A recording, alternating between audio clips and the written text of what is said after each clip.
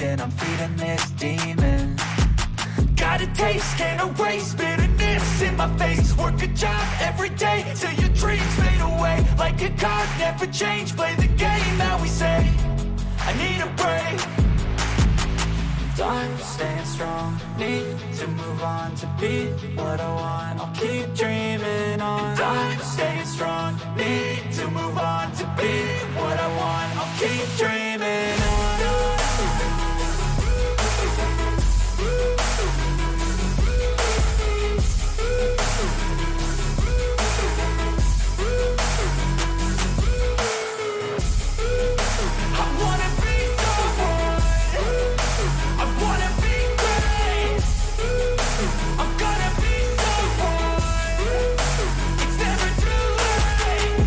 Face on when I chase like that. Yeah, I play so strong with a knife in the back. I'ma swing home run like a baseball bat. Gonna see me rise, you can hate on that. I don't play both sides, doing me no cap. I'ma ride or die for my dreams on tap. I'ma fly real high, you ain't see me slack. No, it's not how you fall, it's how you get right back up. That's how you get tough. Calluses on my hands so rough, yeah, I call your bluff. I'm not the one, mess with me, come down with none. Cause I'm so done, you had your fun. And now you're gonna face down the barrel of the gun. Cause I got a full clip, put your name on it. But I'ma let you slide cause you ain't worth it.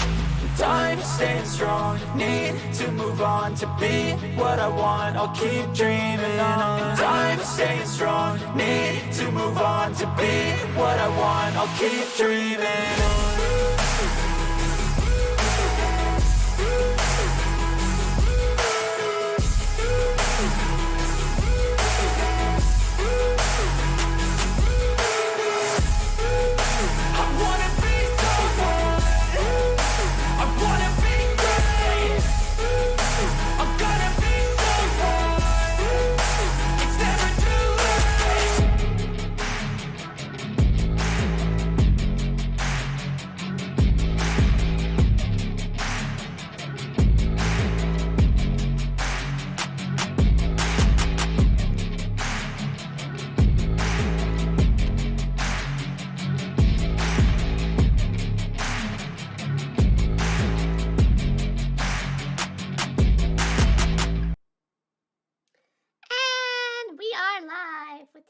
Let's read story time stream.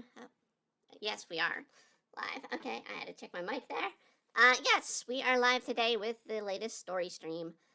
We are continuing on our story going through the novel 11 Kingdoms. It is an original novel that we did, but if, as always, I put out, if you have something that you would like us to read, be it something that you created or something that somebody else created, please go ahead and share it in the comments below or elsewhere on social media. We'll be happy to take a read through those. Until then, we will continuously go back and forth through some of our original content. Today, we are going on into Chapter 4, The Princess Rises. So we will get on with it. Report. The Princess Rises. Accessing personal logs. Princess Fawn Midden. Alternative source. Personal journal entry of Jamie Eve.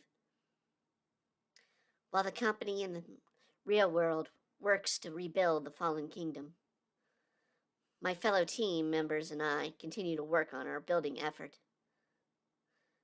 The castle took us some time. It was still complete on the given timeline, and we progressed through the look of the kingdom of the Onyx.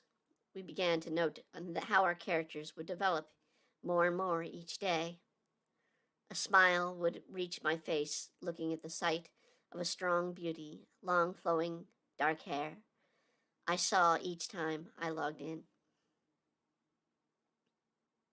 In designing the princess, I chose the sort of reverse version of myself, a human of the game's average height. I used a more modern take on the Brothers Grimm's look for Snow White, with the pale whites and fair skin. Yet instead of gowns, I designed a form of armor that would help show off her beauty. Her hair mimicked my own in pattern, only much longer with a change in tone on the tip of the bangs. Only I chose to give her long, dark hair with purple highlights, after the style my grandmother once wore in her youth. She had beads in her hair and wore a crown, the Midnight Star, part of the legend being built into the history of the kingdom. In all my choices of form, she stood as the tamest choices in the group. Yet in many ways, mine was the most fitting. Rick lived up to his word and based much of his character's look loosely off of my own. To be better convinced the look of a father and daughter. But for a man in his late 30s to take on the look of a man clearly in his late 50s, I had to give him credit. Strong and stout man, the king had a look of a man who had seen many wars and bore many scars to prove it. His hair was mostly grayed, with only a few patchy areas of black remaining. Unlike his fictional daughter, King Midden was hung up his armor for far more comfortable clothing of royalty.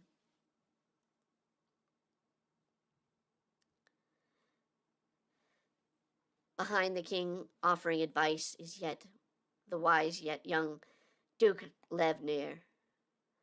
Moses insisted he has some royal title along for the position he was given as Rink's in and out game assistant. So Rick had agreed on Moses and the title of Duke, and in many ways. He was standing over us all on the team as much as he does in real life, by playing a race of giant men called Tundar. His character dressed in the savage collection of hides built around him in a makeshift robes.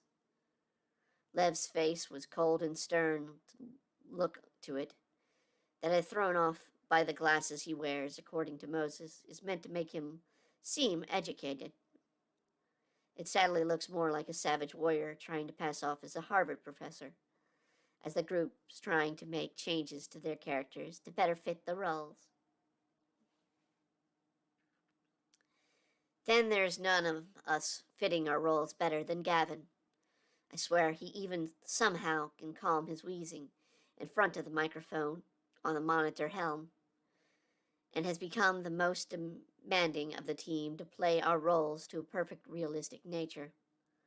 Lord Gavin, who has since accepted his role as my assistant, even though I haven't quite gotten used to his role as such, plays his dwarf character like none other in the tower. He claims to be Fawn's dwarven godfather. I'm sure he did this in some sort of joke about fairy godmothers and fairy tales of old, and he devised it to look every version of dwarves I have seen in fantasy books I've read. Standing there about chest high on Fawn, he walks in about full armor, with countless added gears, chains, and various moving parts. His look is more like a short clock with a bulbous nose and long braided red hair. Last of our team is Melissa. Took a bit of more liberty in making her character look than she did its name. She chose the race of the Lupin, a were creature race, and took on the title of the kingdom's captain of the guard. She chose a werewolf as her transformation form, and stood into a small and all-black fur-covered wolf. In her semi-human form, the form was that of a normal-sized woman, with equal to Fawn's height, but her scarred face and short black-cut hair only made it equal form to look frightening as any means. When I had the chance to ask her about her choice, she told me she always was an animal lover, and as a child. She had a large dog that looked like her wolf form, so she wanted to try it out. That didn't hurt to actually have an authority figure that own look could easily deter in-game crime. I couldn't help but wonder if she hadn't chosen her character's path to honor her dead husband.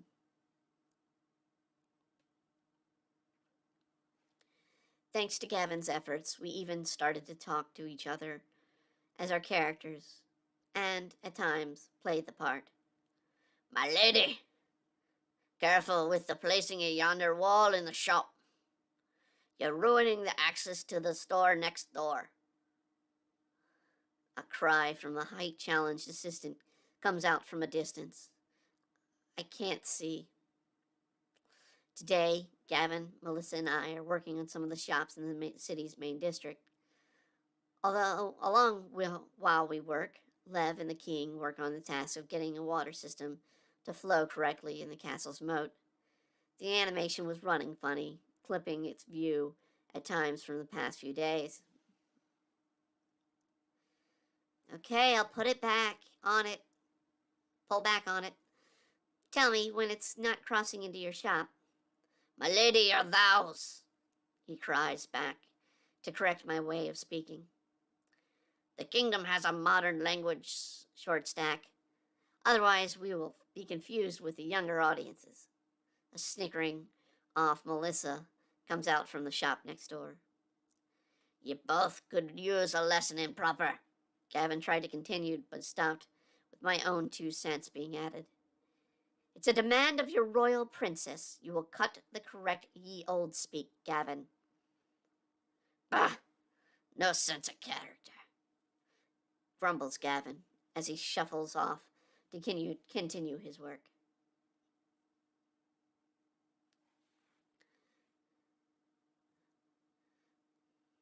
Okay, Fawn. I'm done setting the shelves and adding the decor over here. Melissa calls, still with a bit of snicker in her voice. I'm heading over to help you with that one, okay? Yeah, fine, I reply. Takes a few minutes for me to notice Melissa hasn't come in, so I step out to look for her. When I begin to step out, she nearly runs me down. With her gruff character causes me a bit of a scare, and I leap back. What the heck? You're scaring the hell out of me. What happened? You haven't released any NPCs in the city yet, right? She asked with a puzzled look on her pixel-generated face. No. I have some designs, but I want the town generated before I release them. Why? Because I just saw a strange man and 2 twin girls here, she said. If there is one thing I can give the system credit, it's reading a person's facial expressions and having their character mimic it. Melissa's current expression is one of total shock. I swear the dark fur of her character looked to be a slight bit grayish from surprise. Maybe it's just someone from the rest of Onyx team. Let's go find out if they're messing around with our designs.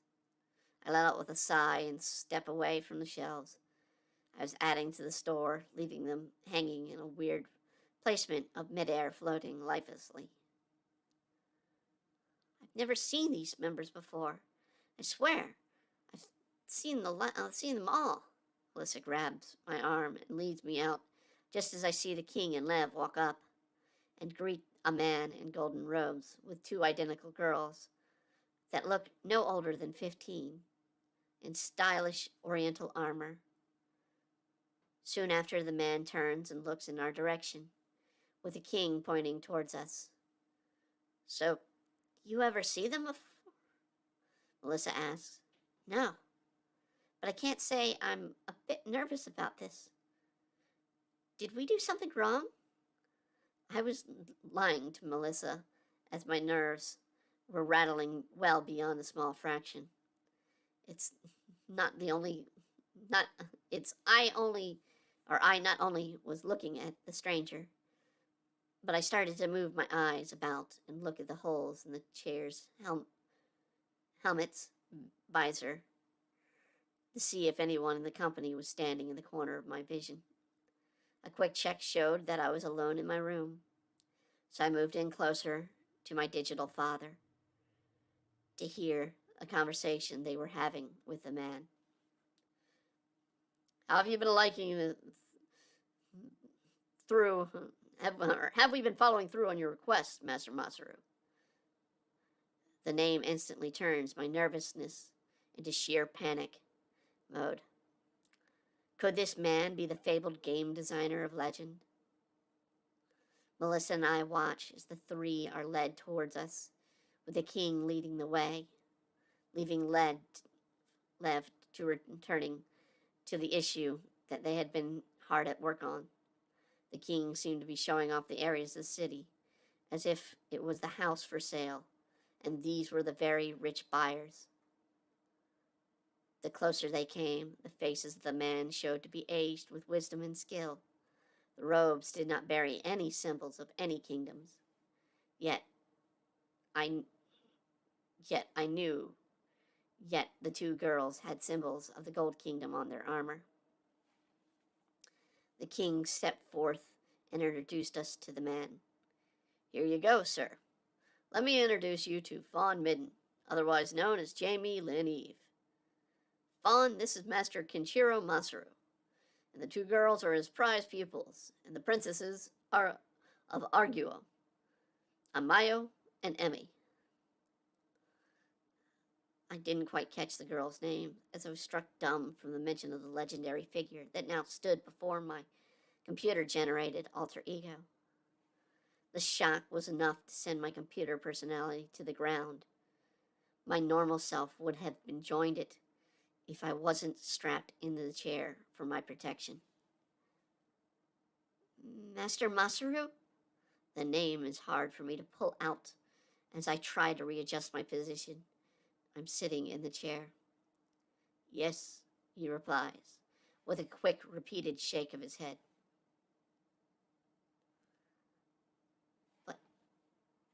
What? Panic strikes my heart, races like a storm in my chest, feeling like it could burst out at any moment, as the man, the myth, the legend of gaming is standing before me.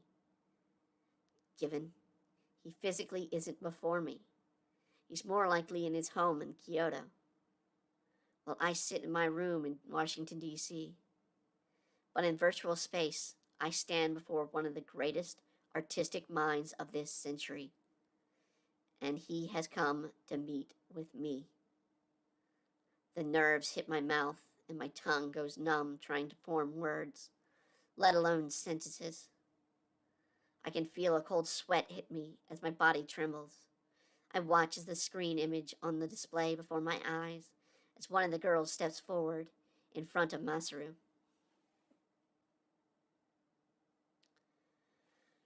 Master Masaru has come to both look on at how the kingdom of Noyox is going, and to be introduced with the designer he found great skill and promise in. The childlike face of the girl causes me to be even more unsteady in my actions and words before Masaru. My legs get weak, and I try to keep my digital self standing. I am... I find I have no in-game started to act like Gavin's real life, or I find I have in-game started to act like Gavin was in real life. While my hands shake the controls, Fawn virtually copies my movements. Melissa steps in to speak for me. She's pleased to meet y'all. Masaru stands quiet, but his head silently moves along with his eye movement. In time, I would come to learn this is him using translation software that processes the speech of Melissa to his native kanji. In return, he speaks a few words that I could get, such as Anako and Jubaru, as previous words I heard my college professor use when he taught the students. The girl translates for me the words he fully says. Master wishes to let you know that you're doing a good job following his instructions, yet putting your style into the work. He asks if you have been to the castles in England or the Highlands of the UK to design this look. The young girl smirks as she states, and I feel kind of compelled to return to the smile in return. I swallow my breath and try to calm down and form a sentence. I've never been, no. I studied the books. Rick gave me an art of the 14th century from museums and historical record, and try to add the classic view of romantic fantasy. Masaru stands there, reading as a smile hits his face. Chris X, hi!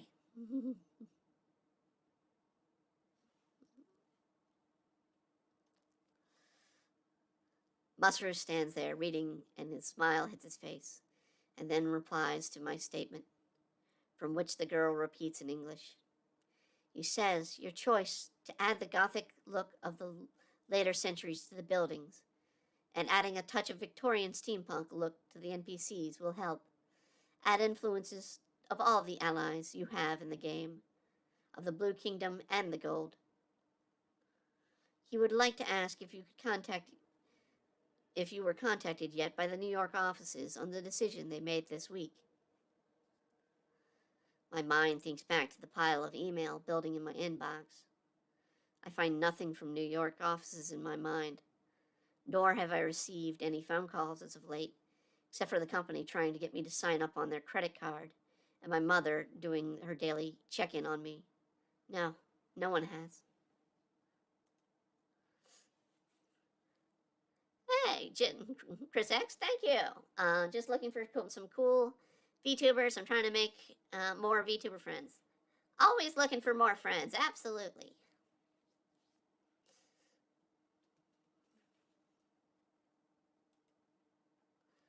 Let's see, we were on Mother. Okay, no one has, okay. That's where we're at. Masaru's smile fades, and he scratches his chin, and then says something I don't understand with any of the words except for Fawn's name. But the news caused the translator to give a shock on her face, along with the face of her twin and Rick's avatar as well. Before the girl speaks, Rick bursts out his comments on the matter. No way, you can't be serious. This is too much pressure on Jamie. I stream too, just haven't streamed much lately. I will follow you back, yeah. I will definitely check you out and see what you got. Thank you. Let's see. So again, no way, you can't be serious. This is too much pressure for Jamie with. What is it? I asked, puzzled. The company has changed its mind on using a random computer-generated character to promote the game. They want actual staff characters to be virtual spokespersons. They want Fawn Midden to be one such spokesperson. Rick replies with dread on his face. I made sure never to share my true issue of anxiety with anyone other than the other 4 members of our team. Now, I regret that I never let it be known to the company. What? Wait. My knees give out and I fall to the cobblestone road on my hands. In both words, I'm visibly shaking in fear as the sudden acidic feeling starts to hit the back of my throat. Rick answers my sudden confusion with his answer.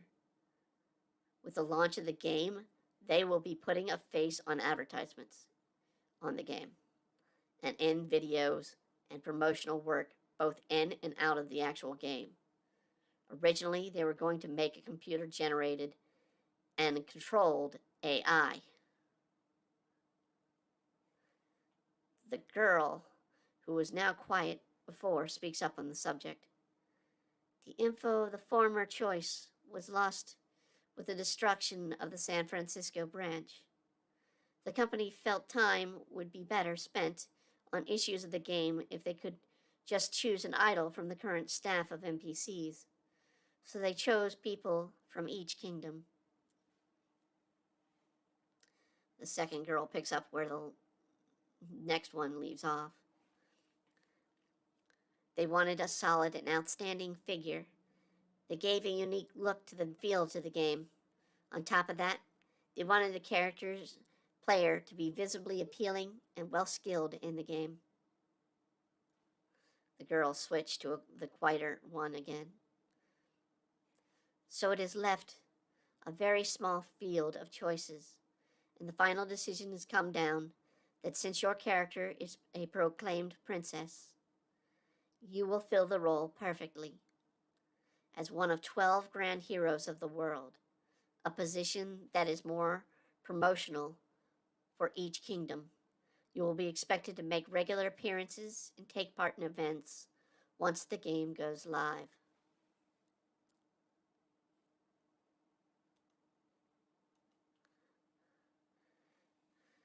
Rick looks puzzled. I could barely hear his question. However, over the greater pounding of my heart. 12 heroes, but there are 11 kingdoms. Who has 2?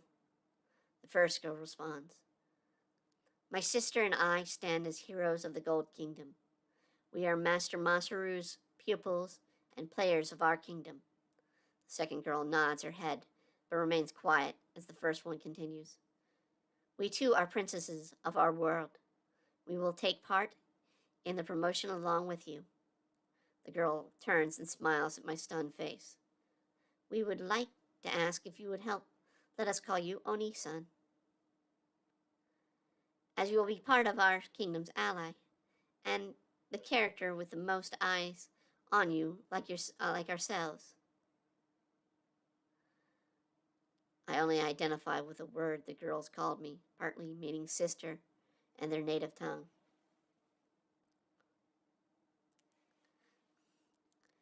I find myself unable to reply to their words, and soon see the scene and sound fading quietly to black. Shouting is heard faintly in my ears as cries get my attention, and a distant alarm sound. I wake later to find myself in the clinic downstairs, with Melissa by my side. Are you finally back with us, hon? What? A very confused self asks. Was that just happen a dream? You passed out at the console. Good news was, guess the news was too much, Melissa says as she squeezes my hand. Never would have guessed I would have ever see a person faint a chance to become a gaming icon before. Of course, never thought I would meet one, let alone work with one. The nurse walks in, reading my chart. Okay, Miss Eve, now you're back with us. I have a few questions to go over with you, so I need your visitor to leave. I turn to face Melissa, who stuck by me through this.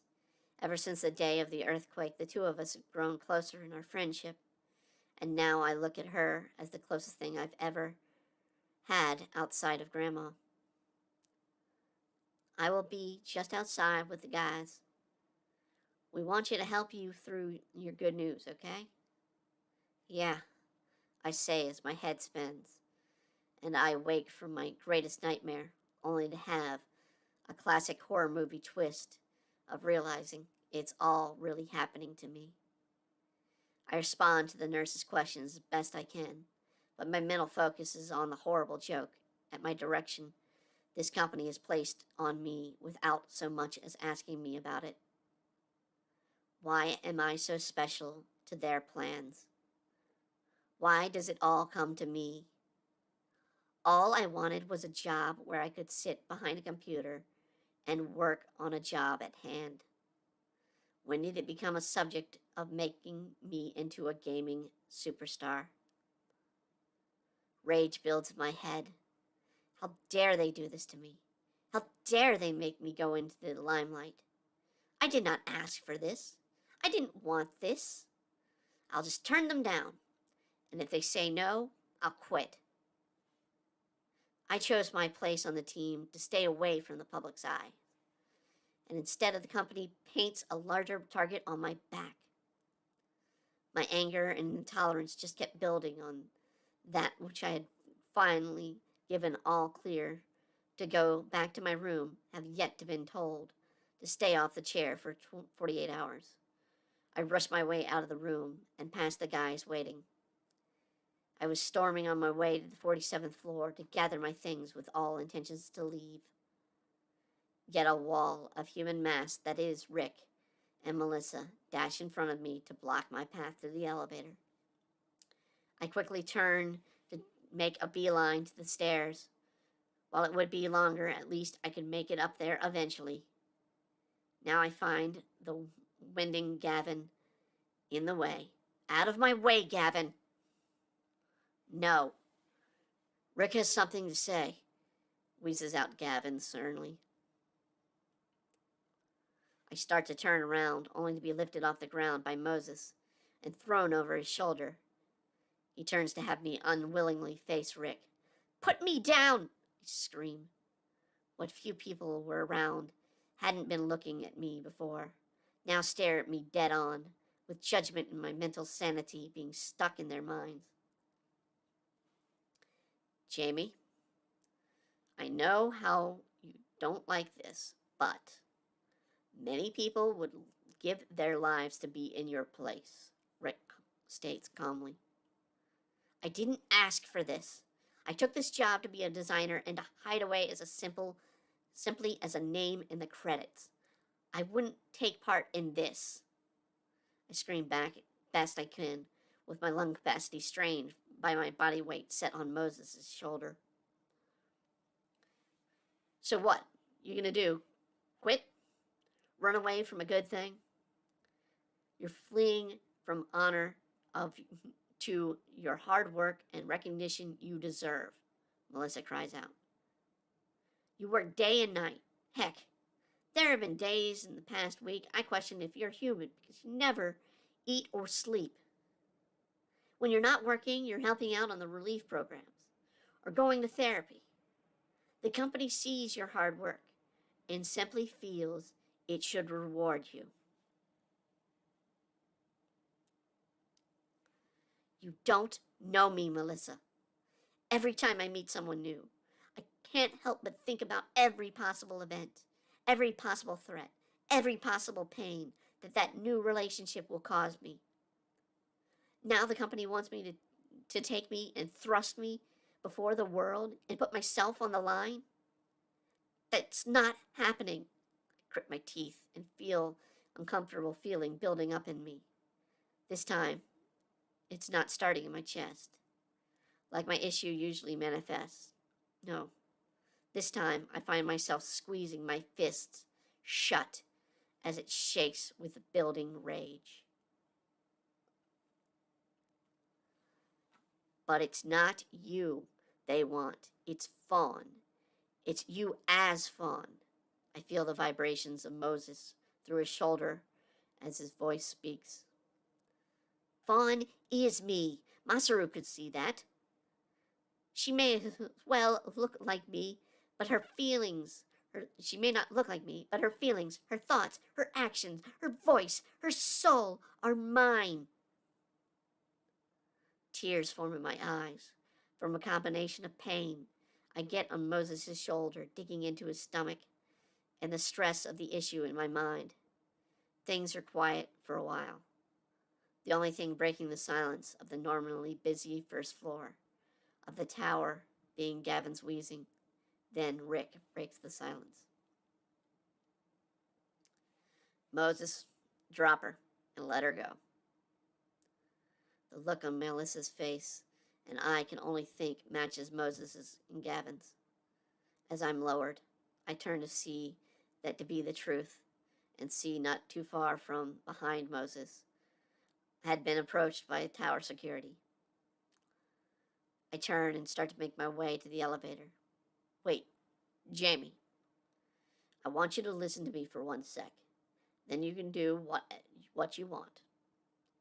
I stop in mid-stride, feverishly look at Rick, who has moved close to me in the face. I have worked in this industry for years now. While yes, you are doing nothing different from anyone else that has had that position of yours in the last 80 years of gaming, few put their heart and soul into the work. That is why Masaru respects you and your work. That is why the company places so much hope in you. It's your hard work and the love of your work that you show them, that they respect and reward you for it. I feel I let you down, though as your team leader, I should have let the company know about your anxiety issues. They are pushing you into the limelight, and you shouldn't take part in what you feel uncomfortable with. I, I turn from him and go to press the elevator button to head up quickly comes up to head up, but he quickly comes up and grabs my arm and swings me to face him. But you have a chance to affect so many, in many ways. You have been affected in the past. As Fawn, you can inspire minds of so many. You are being offered the chance to show the world who you are. If you turn away from that, you will always doubt that part of yourself, of who you could have been in that life. You may be running from your fears now, but shortly you will have to face them, and they will have self-doubt along with them. If you choose to stay, I will talk to the corporate and see if they can lessen the pressure on you. The team will help you in any way we can, but we can't help you if you choose to walk away. No one will be able to help you down that line. He lets go and presses the button in the elevator for me. Please, you don't have to decide right now, but calm down and think things through for your future in both terms. Then, if you want to quit and leave, I'll accept your letter of resignation. Gonna take a bit of water here.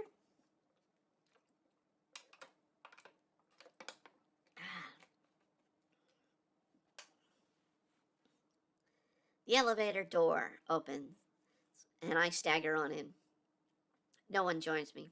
I turn to face the panel, pressing the button to the floor 47. The door starts to close, and I look up at my teammates, all standing there, with gloom on their faces. They're all disappointed in me. The door shuts, and in the chrome reflection, I see a hazy, fading image of my face, seeing the same disappointed look upon my face. As the elevator rises, I'm left alone with only the sounds of the elevator wheels squeak. I turn to look at the glass side of the window. From it, I can see the other side of the tower, where the construction continues. Though we've never were told what it's for, common thought of the staff is it's planned to be a resort for people to come and play the game. The current tower dwarfs it after the 10th floor. I watch as the distant skyline of the nation's capital is seen on my ride. I can't make out much except for one tower in the sky. The Washington Monument. A towering spike high on the sky, striking the heart of the land of our nation's first president settled on. As the place where our nation would stand strong. My thoughts go back to the lessons I learned in one of the banned books I recount from my time in college. Legends of a young man who struggled choosing his homeland or his country. A young man who never asked for power he was given, but took it and led with strong honor and respect for each title.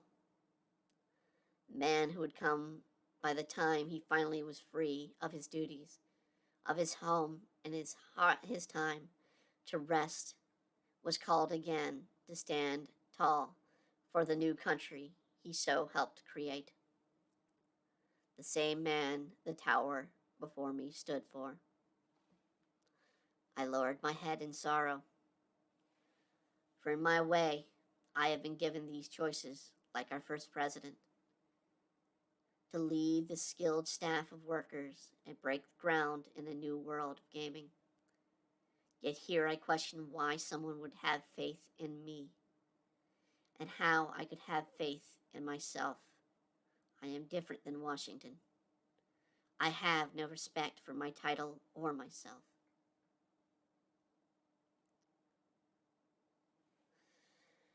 The elevator comes to a stop as the door dings, opening to the floor, and I walk slowly out, making my way down the long hall. As I pass countless drawings Moses and Gavin have made to taunt each other to do better or outthink the other in the weirdest thing that they can draw. I pass a section where we taped off as the team tournament tic-tac-toe game, where each player had to place a mark as they passed by. The winner in the end gets treated to a free meal on Fridays. I reach where I have to turn. Making my left turn, I walk past where Melissa and I have set up a system of note passing, a way for the two of us to have a conversation each day with each other, even if we never saw each other that day. I made my way to the door. A small collection of drawings surrounds the doorway, mostly little cartoon faces of how I feel that day. I start to reach for the door, but stop. I walk over to the small box of dry erase markers nearby, grabbing one and drawing a circle and a hair to mimic my own, but I leave the face empty and blank. I toss the marker back in the box and open my apartment door and walk in. Walking in, I pass a small collection of plates I let build up on my kitchen counter. I head in to reach for fruit punch juice in a stylish plastic container, pull off the flimsy plastic straw, and jab the container. Walking around the room, I pick up my DOS. 5 new messages, all from Mom. Guess she got the call from work and that I passed out. I should have used Dad's number as my emergency contact info with the company. I walk on into the room where my Neuralink chair sits. I turn on a wall monitor, sit back in the chair, and use the controls without the helmet to access my mailbox. And then I see 2 new emails. One from Emmy, one of the 2 girls from the Japanese tower, the other from central offices in New York. Letting out a sigh, I open the letter from Central and start to read. Dear Miss Eve, we are pleased to announce to you that the company has decided to use you and your character, Fawn Midden, as a corporate production mascot for 11 Kingdoms, Eastern U.S. release. This will lead you to a greater amount of work, but along with it, a greater reward. We hope to set a meeting in the coming days and set up a system where you will work hand in hand with our public relations team in presenting both your and the game's reputation, both in and out of your character for the game. We currently have a few future planned shoots for both you and your digital avatar, Fawn Midden, to take place in the coming days. We will schedule these around your current free time to not cause delays in the game development in Onyx. You will be standing along with 12 other characters in the game with the title of Grand Hero. While the title stands in-game as something players wish to gain, in actuality is a position where you will be expected to come forth and meet with other members and discuss events, rewards, and issues of your acting sector in a present meeting place on the central server. Such meetings unless otherwise stated, will occur at 1400 Eastern on Wednesdays at the location we are sending you.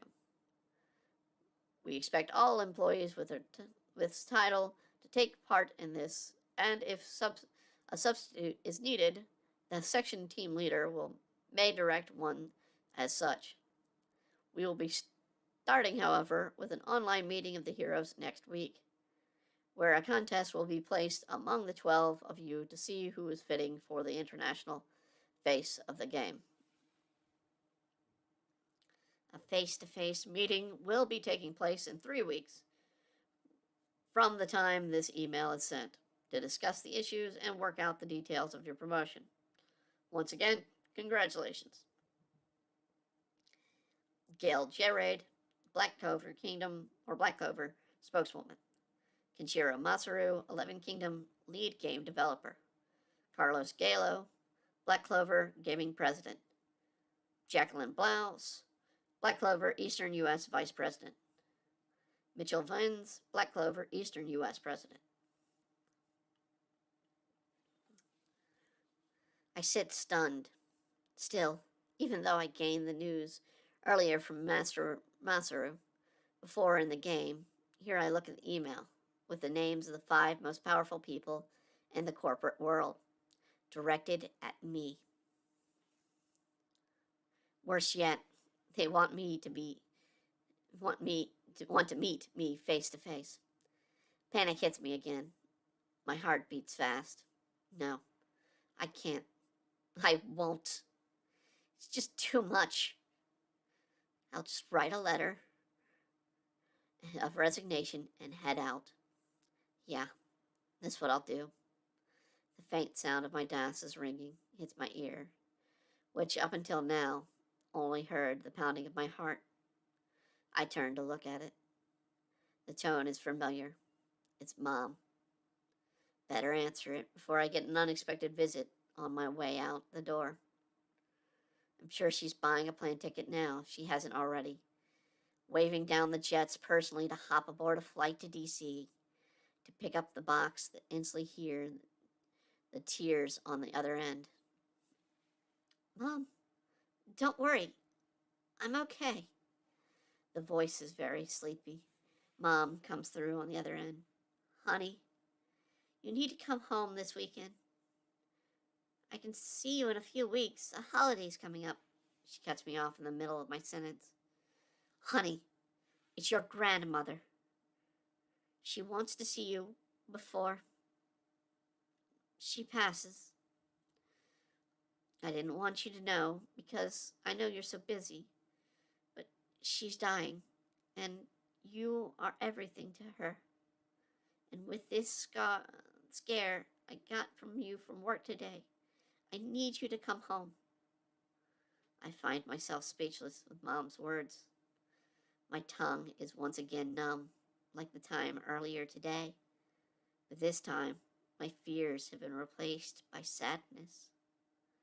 And the only words I can reply with are, I'm on my way. I hang up and start packing a small set of clothes and send a reply to Rick and the email sent by the company to tell them I have to delay the meeting due to an emergency family obligations. I didn't say a word to anyone on the team or otherwise elsewhere in the building. I took my savings and bought a plane ticket to head to Miami that night. I took a cab home. For the first time in years, I greeted my mom, not in spite or frustration, but with fear and love.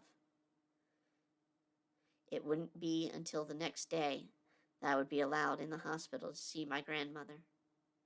Her normally tan skin was replaced with pale yellow. I didn't ask Mom how long she had been in the hospital. I didn't want to know. She acted as she was sleeping when I came into the room, but a smile hid her face before a word was said or a glimpse of her was seen. I looked at the collection of tubes that ran along her face and mouth. Hi there, Gran. I say, trying to hide the tears in my smile. An angel has come to me in my last hours. Jamie, you look so much like your mother at your age. But at least you know what it means to have fun.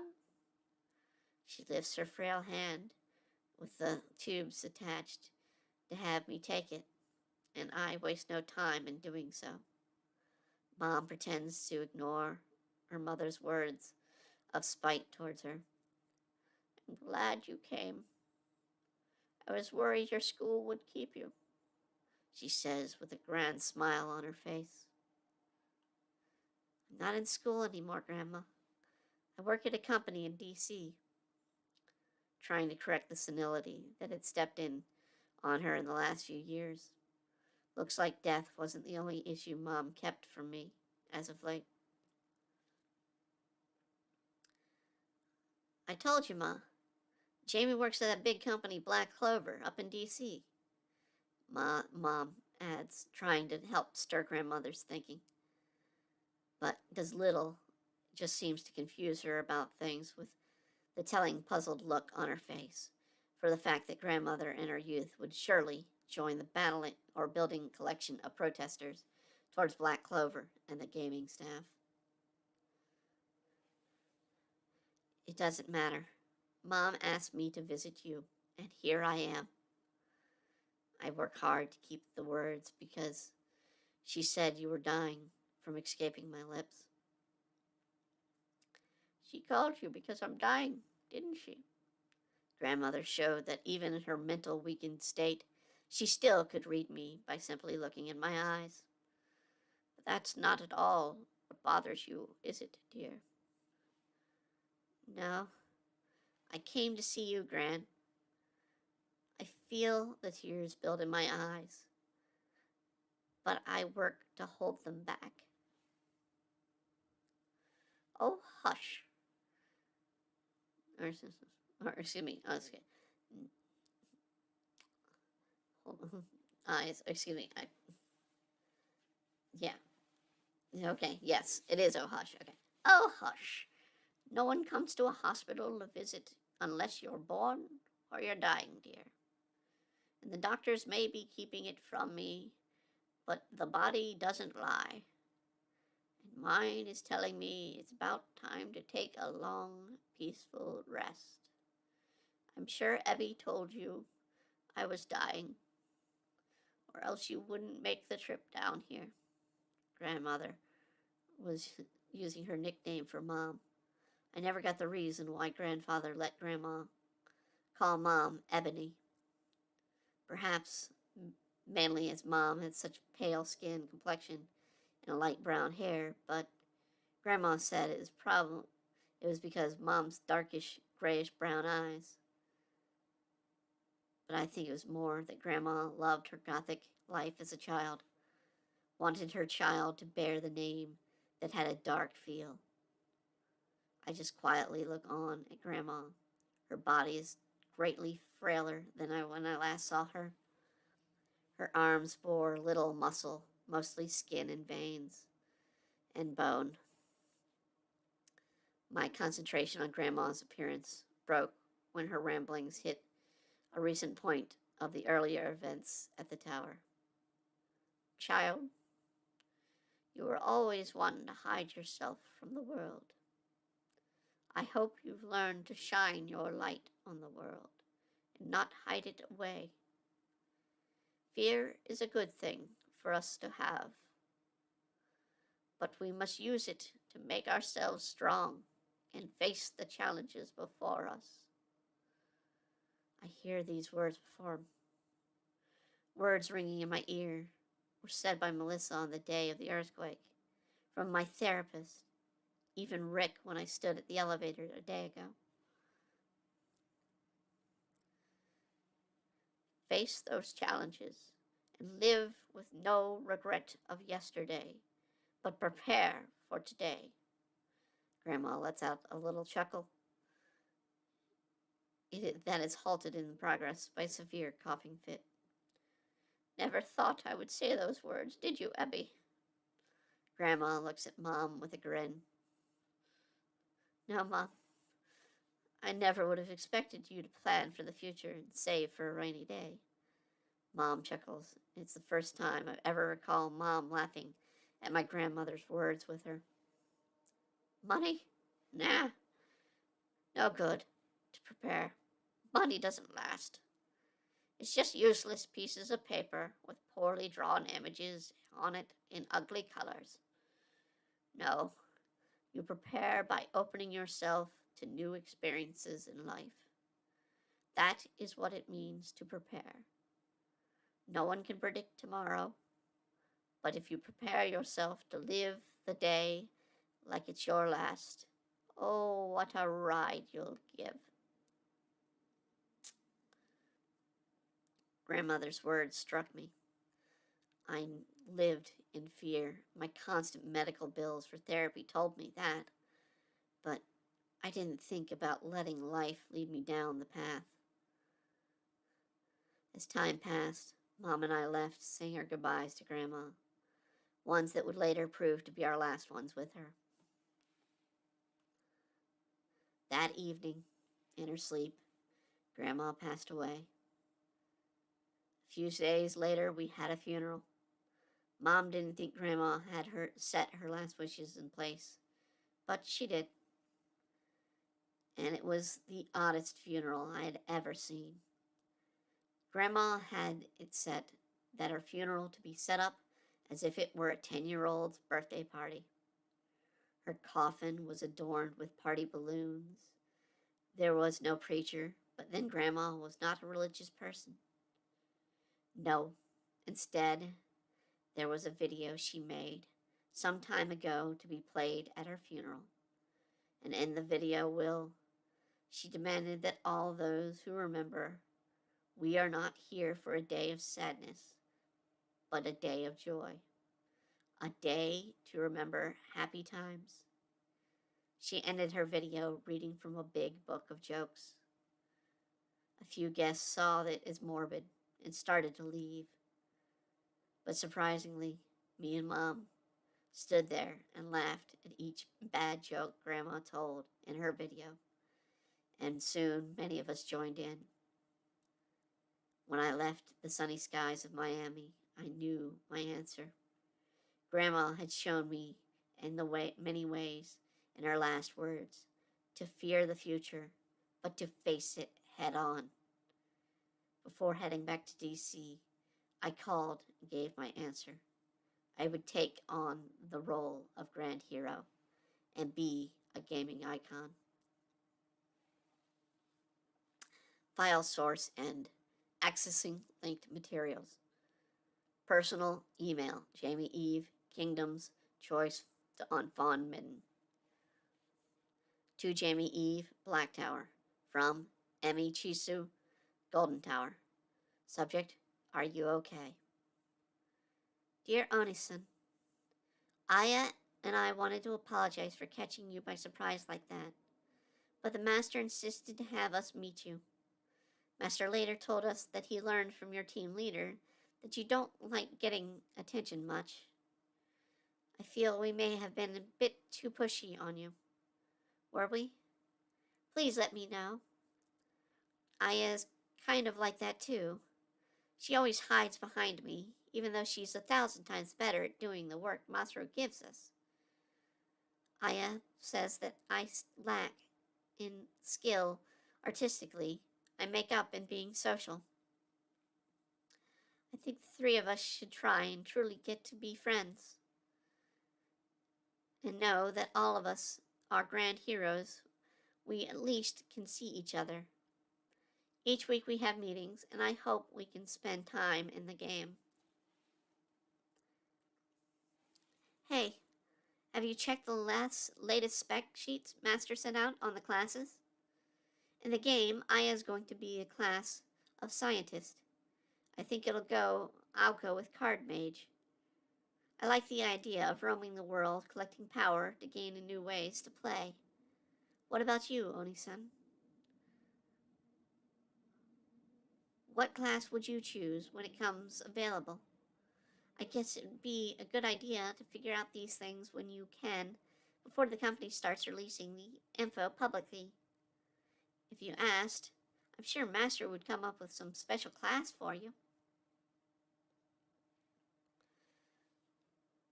Hey, we saw your home city. You should come and see ours. When you get some free time, why not take a chance and drop by? Aya may not have shown it with her shyness, but she was glad to meet you. So it's great if you came and visited us. Well, I've got to get back to work. Aya's getting upset I'm not helping her in town. I'll drop you another email or send you a chat message when I see you active, okay? Emi Ebisu, Dusk Princess, Arguo Kingdom. Got one more to read, and I need to take some more water here.